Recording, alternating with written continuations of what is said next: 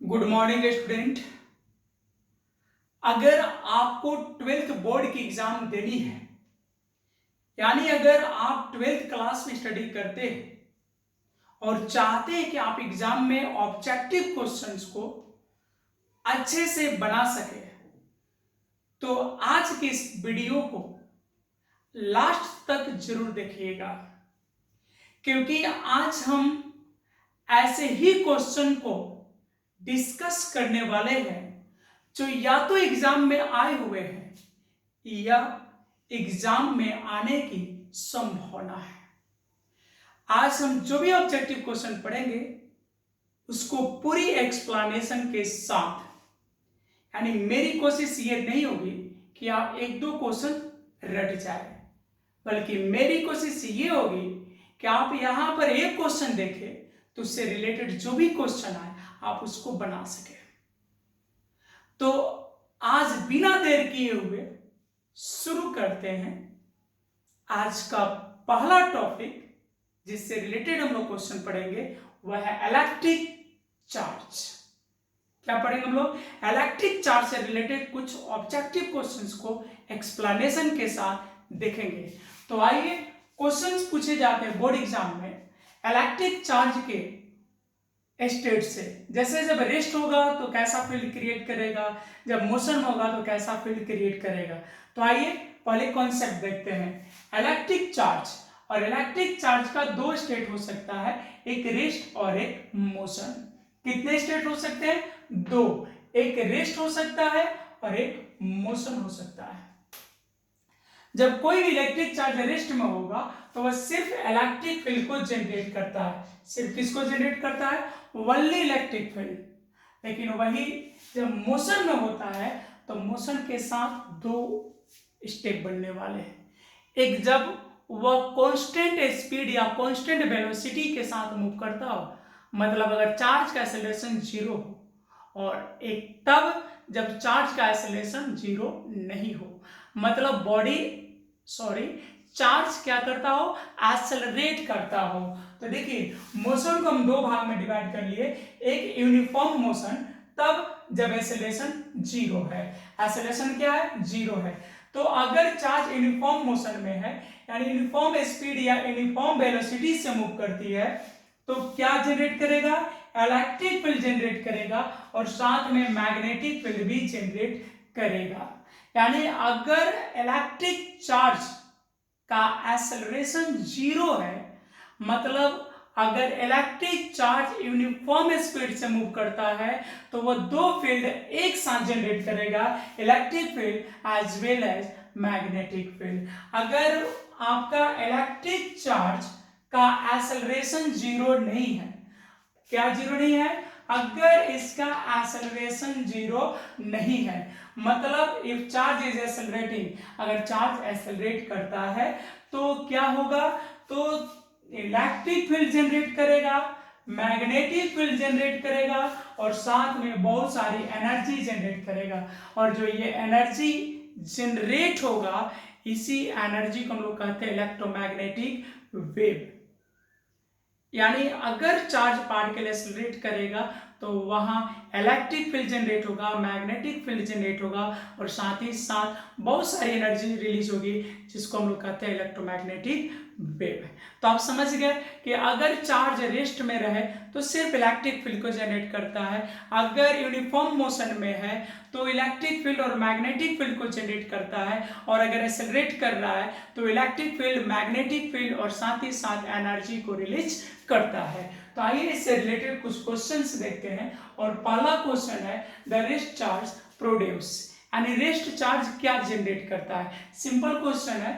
आपका ऑप्शन है only electric field, only magnetic field, A और बी दोनों, और नॉन ऑफ दिस। तो अभी जस्ट पढ़े कि अगर रेस्ट चार्ज होगा तो रेस्ट चार्ज सिर्फ किसको जनरेट करता है? ओनली इलेक्ट्रिक फील्ड को जनरेट करता है। अगला क्वेश्चन है, if charge is moving with constant speed और वेलोसिटी, मतलब अगर क्या है? एक्सेलरेशन जीरो है, अगर चार्ज कांस्टेंट स्पीड से मूव करता है तो क्या होगा? देन क्या होगा? Electric field then generate electric field plus magnetic field. Electric field भी जनरेट होगा और मैग्नेटिक फील्ड भी जनरेट होगा, दोनों जनरेट होगा। कौन कौन? इलेक्ट्रिक फील्ड भी जनरेट होगा और मैग्नेटिक फील्ड भी जनरेट होगा। ठीक है, ऐसा ऑप्शन इसका दिया जा सकता है। हम मेन पॉइंट को लिखे हैं।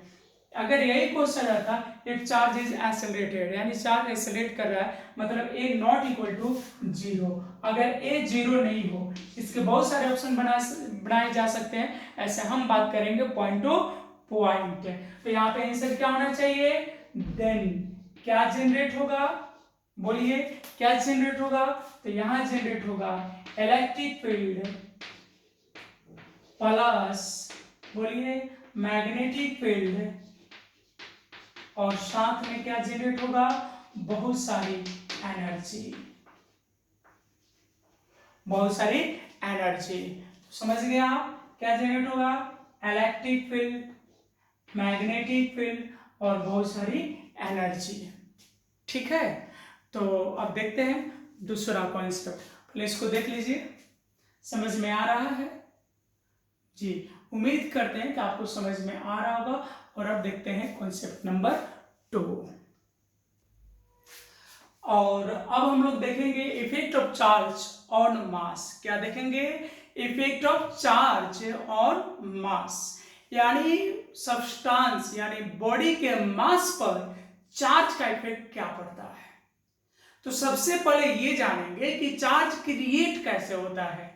तो आपको पता है कि अगर किसी न्यूट्रल बॉडी में इलेक्ट्रॉन को ऐड कर दे या उससे इलेक्ट्रॉन निकाल दे, तो इन दोनों स्थिति में बॉडी चार्ज होता है।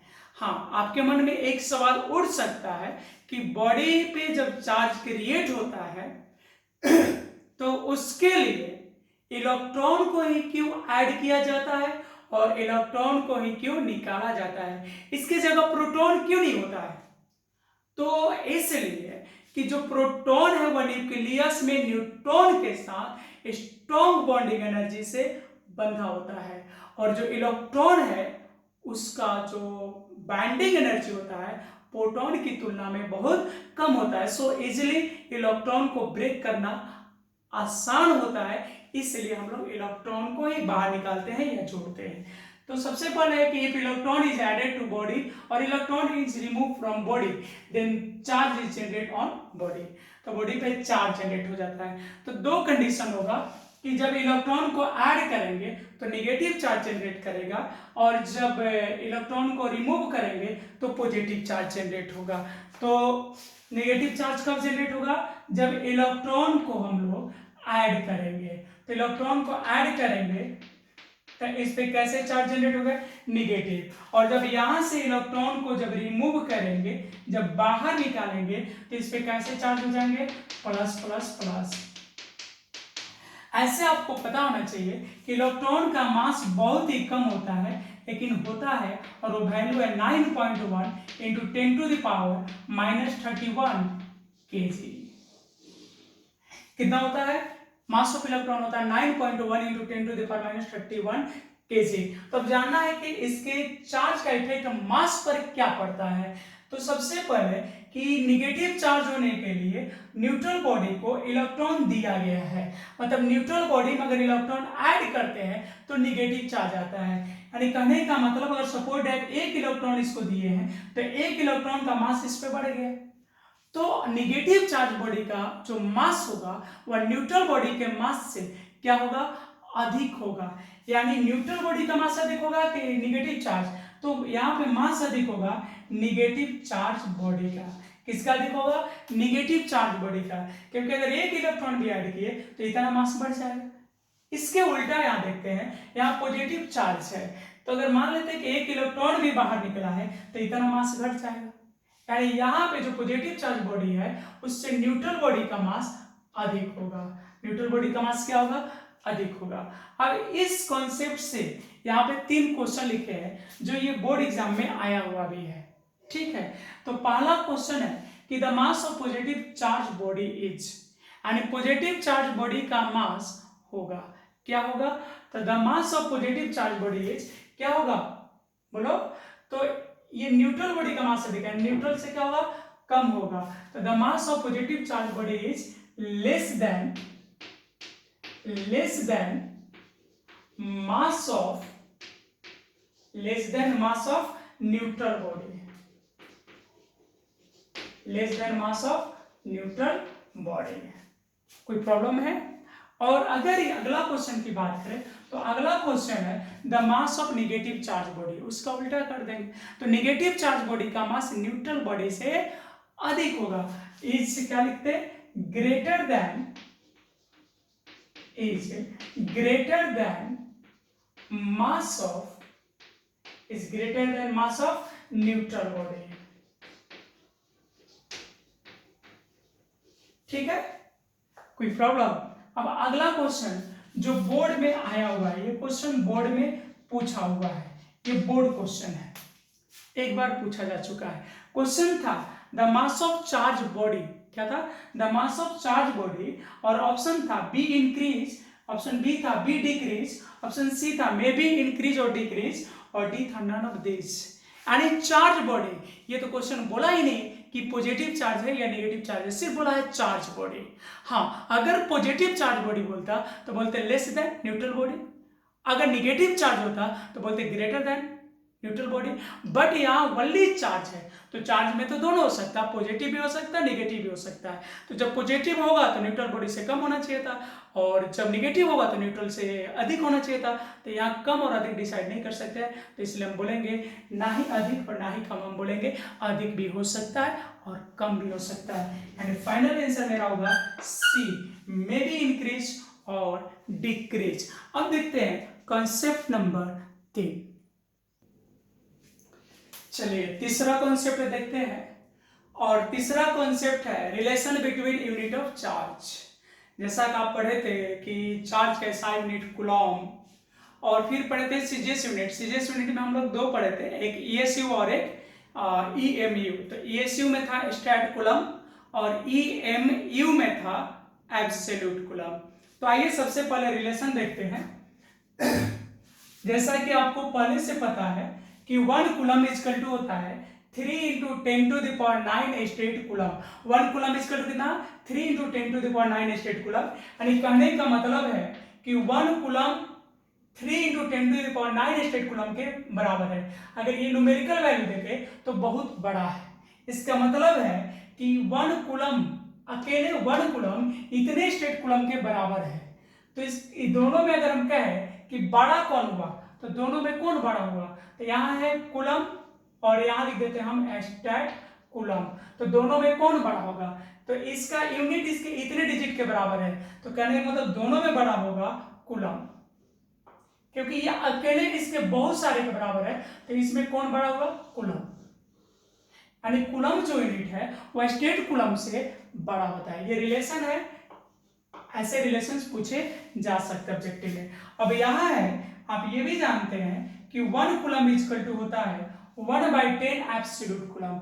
मतलब इसी को हम लोग लिख सकते हैं 10 coulomb equal to 1 absolute coulomb. क्या लिख सकते हैं, 10 coulomb equal to 1 absolute coulomb हम लोग लिख सकते हैं। यानी एक एब्सोल्यूट कूलम 10 कूलम के बराबर है। यानी एक एब्सोल्यूट कूलम के लिए कितना कूलम चाहिए, 10। एक एब्सोल्यूट कूलम के लिए कितना कूलम चाहिए, 10। तो दोनों में कौन बड़ा होगा, तो इसका 10 हो, इसका 1 बराबर है, इसका 10, इसका 1 बराबर है। तो कौन बड़ा हुआ, तो इसमें बड़ा हुआ, यहाँ लिख देते हैं कूलम और यहाँ लिख देते हैं एब्सोल्यूट कूलम। तो कूलम से एब्सोल्यूट कूलम जो है बड़ा होगा। ठीक है, यानी कूलम स्टेट कूलम से बड़ा होगा और कूलम से बड़ा होगा एब्सोल्यूट कूलम। यानी सबसे बड़ा कौन हुआ, तो एब्सोल्यूट कूलम, फिर उसके बाद कौन हुआ, कूलम, और सबसे छोटा हुआ स्टेट कूलम। ये रिलेशन भी आप ये दोनों को मिला देंगे तो हो जाएगा 1 coulomb equal to 3 × 10⁹ stat coulomb equal to 1/10 absolute coulomb. तो इस रिलेशंस को आप याद रखेंगे, इन रिलेशंस को क्या करेंगे आप याद रखेंगे। जैसा कि बोर्ड में बहुत सिंपल क्वेश्चन पूछा गया था एक बार कि 1 coulomb charge equal to dot dot dot ESU, यानी 1 कूलम चार्ज का वैल्यू ESU में बताना था। तो सीधा सीधे ये रिलेशंस पे है, कितना होता है 3 × 10⁹। ऑप्शन ए था 3 × 10⁹, ऑप्शन बी था 9 × 10⁹, फिर सी इतना था और डी इतना था। तो ये डायरेक्ट फॉर्मूला पे है, ये कितना होता 3 × 10⁹। ठीक है, अब अगला क्वेश्चन देखते हैं। फिर क्वेश्चन है quantum ESU unit of charge.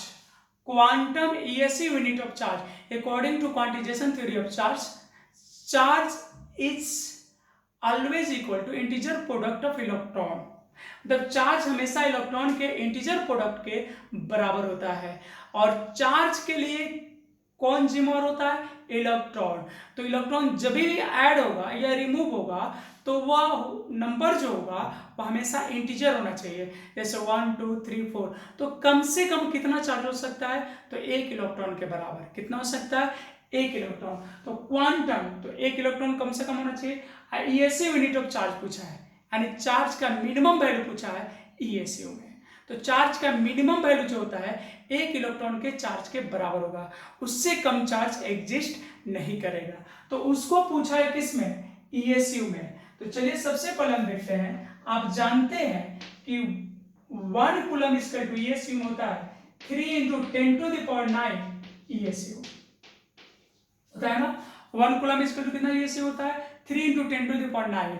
तो जैसे अगर आपको पता हो कि एक आम का दाम अगर 10 रुपया है, एक आम का रेट अगर 10 रुपये है, तो अगर हम कहें कि आप बताइए कि 5 आम का दाम कितना होगा, तो हो जाएगा 5 × 10। तो अगर 1 कूलम इक्वल टू इतना ESU, तो मिनिमम चार्ज होता है इलेक्ट्रॉन के बराबर। इलेक्ट्रॉन कितना होता है 1.6 × 10⁻19 कूलम। तो इतने कूलम बराबर कितना हो जाएगा, तो गुना हो जाएगा इसमें, हो जाएगा 1.6 × 10⁻19 × 3 × 10⁻9। ये हो गया 4.8 × 10⁻10 ESU। यानी quantum ESU unit of charge, मतलब चार्ज यूनिट का क्वांटम ESU होगा 4.8 × 10⁻10। अब ऑप्शन को चेक करते हैं, तो ऐसा ऑप्शन तो कोई नहीं है। तो देखते हैं इसका करीबी वैल्यू कौन है। तो अगर 8 को राउंड ऑफ करें हम according to significant figure, significant theory का आधार पर इसको राउंड ऑफ करें तो this digit is greater than 5, so 1 is added in previous digit. तो 8 पहले वाले डिजिट में जुड़ेंगे, ये हो जाएगा 4.8। तो इस आधार पे इसका आंसर होगा 4.78 × 10⁻10। और ये भी बोर्ड में पूछा हुआ क्वेश्चन है। हाँ, एक और क्वेश्चन है जो पूछा जा सकता है, या जो बोर्ड के पहले जो टेस्ट एग्जाम होते हैं उसमें पूछा जा चुका है कि 1 state coulomb equal to dot dot कितना coulomb, 1 state coulomb equal to कितना। तो हो जाएगा, आपको बता दें हम, आप जानते हैं कि 3 × 10⁻9, तो 1 स्टेट कूलम जैसे इतना होता है ना, तो 1, तो ये बाकी सब इधर ला देंगे, तो हो जाएगा 1/3। कितना हो जाएगा 1/3, और जब 10 को ऊपर ले जाएंगे तो जाएगा 10⁻9 कूलम। इसको भी याद कर लीजिएगा या स्वयं करके देख सकते हैं, ये हो जाएगा, है ना। तो देख लीजिए, ये इसमें कहीं से अगर आपको कोई डाउट है तो कमेंट बॉक्स में बताइएगा। ऐसे एग्जाम के लिए ये सभी रिलेशन आपको याद अगर रख लेते हैं तो ऑब्जेक्टिव में आपको कोई प्रॉब्लम होने वाला नहीं है। चलिए अब देखते हैं अगला कॉन्सेप्ट, और देखते हैं अगला कॉन्सेप्ट जो है वह है quantisation theory of charge. Quantisation theory of charge ये हम लोग पढ़ चुके हैं, और इसका फॉर्मूला होता है Q = ±NE। क्या फॉर्मूला होता है, Q = ±NE, जहां Q क्या है, N belongs to integer. N जो है इंटीजर है, जैसे इंटीजर का मतलब आप समझते हैं 0 1 2 3 4 5 6 डॉट डॉट डॉट इन्फिनिटिव तक, और इधर -1 -2 -3 डॉट डॉट डॉट इन्फिनिटिव तक, यानी जो भी होगा कंप्लीट नंबर होगा। इसका नंबर फ्रैक्शन के फॉर्म में नहीं होता है। अगर n का वैल्यू फ्रैक्शन हो गया जैसे like as 1.5, 1.6, 2.8, then charge will not be possible, charge संभव नहीं होगा। चार्ज तभी पॉसिबल है किसी बॉडी पर, किसी भी बॉडी पर चार्ज तभी पॉसिबल है जब n का वैल्यू इंटीजर होता है। अगर n कंप्लीट नंबर नहीं है, इंटीजर नहीं है, तो चार्ज का वो वैल्यू पॉसिबल नहीं है। ठीक है, तो आइए फर्स्ट क्वेश्चन देखते हैं कि which charge value is not possible, यानी यहाँ पे कुछ चार्ज वैल्यू दिए गए हैं और हमको बताना है कि उसमें कौन सा चार्ज वैल्यू पॉसिबल नहीं है। तो ये हम नहीं बताएंगे कि चार्ज वैल्यू पॉसिबल है या नहीं है, और आप भी नहीं बताएंगे, तो फिर कौन बताएंगे? ये बताएगा n, वैल्यू ऑफ n, और हम सबसे पहले कैलकुलेट कर देंगे वैल्यू ऑफ n। अगर n इंटीजर आता है तो बोलेंगे हाँ ये चार्ज वैल्यू पॉसिबल है, अगर n इंटीजर नहीं आता है तो बोलेंगे कि चार्ज वैल्यू पॉसिबल नहीं है। तो आइए चेक करते हैं। आपको पता है n इक्वल टू होगा q अपॉन e, q और e के जगह 1.6 इंटू 10 टू द पावर -19, यही होता है ना। तो अगर फर्स्ट को रखते हैं यहाँ पे q, तो अगर q यहाँ पर रखते हैं 3.2 इंटू 10 टू द पावर -19, तो 10 टू द पावर -19 और 10 टू द पावर -19 कैंसिल हो जाएगा, और यहाँ बच जाएगा 3.2 और ये हो जाएगा 1.6 से 2 टाइम्स में कैंसिल हो जाएगा, क्योंकि 16 दूनी 32, तो 1.6 और ऊपर है 3.2, तो 2 बार में कट जाएगा, तो n का वैल्यू 2 हो गया। तो so this charge value will be possible, ये तो संभव है। अगर इसको रख 6.4, तो यहाँ जब 6.4 रखेंगे, नीचे 1.6 है तो 4 टाइम्स में कट जाएगा, और 10 to the power -19, 10 to the power -19 ये भी कैंसिल हो जाएगा, तो n का वैल्यू 4 आ जाएगा, and this is also possible.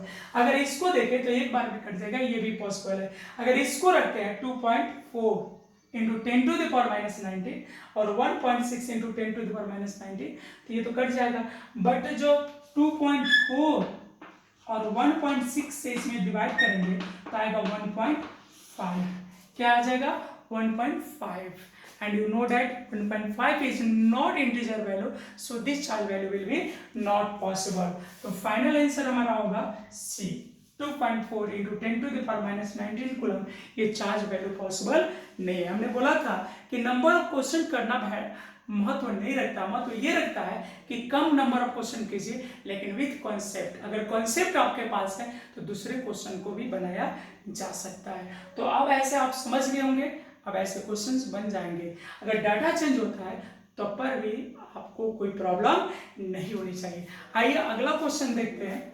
अगला क्वेश्चन है if charge on body is +1 coulomb, and एक बॉडी पर +1 कूलम चार्ज है, the number of electron remove from body.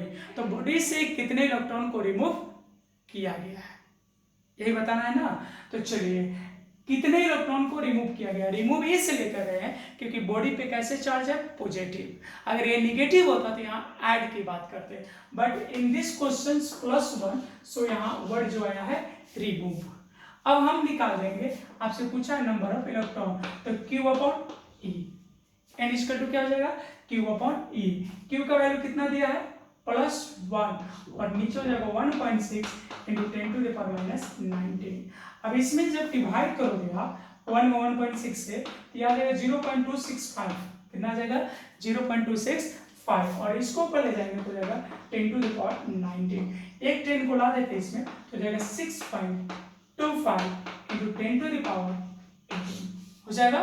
और ये बहुत इंपॉर्टेंट क्वेश्चन है, कभी +1 या कभी -1 करके क्वेश्चन बार बार पूछा जाता है, रिपीट किया जाता है। इसको बहुत सारे एग्जाम में पूछा गया है, जैसे एयरफोर्स नेवी वगैरह में भी पूछा गया है। तो मेरे ख्याल से इस क्वेश्चन को आप अच्छे से समझ लीजिएगा, आगे इसकी जरूरत पड़ सकती है। तो आइए लास्ट कॉन्सेप्ट देखते हैं, और अब हम लोग देखेंगे Coulomb's law which is related with electric force, you know that. तो कूलम्ब्स लॉ इलेक्ट्रिक फोर्स, तो कूलम्ब्स लॉ पढ़े थे हम। According to Coulomb's law, the electrical force acting between 2 point charge is directly proportional to product of magnitude of both charge and inversely proportional to square of distance between both charge। तो वहां से एक formula आया था F equal to 1/4 pi epsilon naught mod Q1 into mod Q2 upon R square. ये बीच की दूरी R था और ये Q1 और Q2 था, ठीक है। और ये जो फोर्स लगता है यहाँ से ऐसे, यहाँ से ऐसे, ये रिपल्सिव, क्योंकि दोनों चार्ज का नेचर सेम है। अगर एक प्लस और एक माइनस होता तो ये फोर्स जो होता अंदर की ओर होता, because force nature is attractive. यहाँ पे रिपल्सिव है क्योंकि दोनों नेचर प्लस प्लस लिए है, ठीक है। और 1/4 पाई एप्सिलॉन नॉट एक कांस्टेंट था जिसका वैल्यू होता है 9 इंटू 10⁹ न्यूटन मीटर स्क्वायर पर कूलम्ब स्क्वायर, ठीक है। और एप्सिलॉन नॉट 8.854 इंटू 10⁻12, जैसा कि एक बार आप लोग देख चुके हैं। अब बोर्ड का क्वेश्चन था ये पूछा हुआ क्वेश्चन है, ऐसा नहीं कि बोर्ड में बहुत टफ क्वेश्चंस पूछे जाते हैं। आप देखोगे क्वेश्चन बैंक निकाल के तो बहुत ही आसान बट टिपिकल क्वेश्चन पूछे जाते हैं। टिपिकल यानी विथ कॉन्सेप्ट, कॉन्सेप्ट होना चाहिए। तो कोलंबियन फोर्सेस, कोलंबियन फोर्स क्या है? आपका ऑप्शन था सेंट्रल फोर्स, इलेक्ट्रिक फोर्स, और सी था कि दोनों होगा, और डी था नॉन ऑफ दिस। तो गौर करें तो कूलम्ब्स लॉ यानी कोलंबियन फोर्स इलेक्ट्रिक फोर्स तो है, एक तो हो गया। तो बहुत लोग क्या है बी को टिक कर लेते हैं, बोलते हैं कि इलेक्ट्रिक फोर्स ही होगा, ठीक है। स्टूडेंट लोग, बहुत लोग इसको टिक कर लेते हैं, बट आपको कंफ्यूज होने की जरूरत नहीं है। जब भी पॉइंट चार्ज हम लोग ऐसे बनाते हैं और जो डिस्टेंस हम लोग मेजर करते हैं वह इसके सेंटर से मेजर करते हैं। कहां से मेजर करते हैं? सेंटर से। जैसे ग्रेविटेशनल फोर्स कैसे दो बॉडी का सेंटर लेते थे डिस्टेंस को मेजर करने के लिए, उसी तरह इलेक्ट्रिक फोर्स को भी मेजर करने के लिए दो चार्ज के बीच का सेंटर लिया जाता है, ठीक है। तो यहाँ पे हम बोलेंगे कि ये सेंटर से चूंकि मेजर करते हैं डिस्टेंस को, तो ये सेंट्रल फोर्स भी है और इलेक्ट्रिक फोर्स भी है। यानी कहने का मतलब है मेरा कि ए और बी होगा, यानी कोलंबियन फोर्स सेंट्रल फोर्स भी है और इलेक्ट्रिकल फोर्स भी है। अब अगर क्वेश्चन पूछ देता, मान लो कुछ ऑप्शन बना दिए जाएंगे कि permittivity constant of free spaces, free space यानी वैक्यूम, तो वैक्यूम का परमिटिविटी कांस्टेंट कितना होता है उसके ऑप्शन दे दिए जाते 9 इंटू 10⁹ 1.6 इंटू 10⁻19 और समझ गए 8.854 इंटू 10⁻12 और एक बार 8.85 इंटू 10⁻12। तो कौन होता है? तो यहाँ जो हम लोग एप्सिलॉन नॉट पढ़े ना, यही है absolute permittivity constant for free space. ये किसका परमिटिविटी कांस्टेंट है? फ्री स्पेस का। तो permittivity constant of free space is 8.854 into 10⁻12, ठीक है। और ये यूनिट तो आपको याद ही रहेगा कूलम्ब स्क्वायर पर न्यूटन मीटर स्क्वायर, बट कभी कभी ऑप्शन में दे देता है फैराड पर मीटर। तो इसको फिलहाल याद कर लीजिएगा, आगे जब हम लोग आगे के चैप्टर में नेक्स्ट टॉपिक में हम लोग इसका यूनिट निकालेंगे कि फैराड पर मीटर कैसे होता है, जब इलेक्ट्रोमैग्नेटिक इंडक्शन हम लोग पढ़ेंगे। फिलहाल इसको याद कर लीजिएगा, वैल्यू यही है और इसी का अल्टरनेट यूनिट है फैराड पर मीटर। कोई प्रॉब्लम? ठीक है। अब लास्ट क्वेश्चन देखते हैं कि distance between 2 point charges double, अगर 2 पॉइंट चार्ज के बीच के डिस्टेंस को डबल कर दिया जाए then electric force between them, तो उनके बीच लगने वाला इलेक्ट्रिक फोर्स क्या होगा। तो आपको पता है इस टाइप के क्वेश्चंस को हम लोग बनाने के लिए सूत्र यूज करते हैं F1R1 square equal to F2R2 square. तो हो जाएगा F1 और यहाँ हो जाएगा R1 अपॉन R2 का होल स्क्वायर हो जाएगा।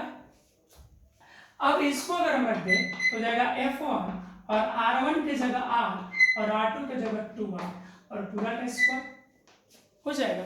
तो यहाँ से एक R तो कट गया, तो हो गया क्या हो गया F2 इक्वल टू हो गया F1 1/2 का स्क्वायर 1/4, ठीक है। तो कितना टाइम्स हो गया 1/4 टाइम्स।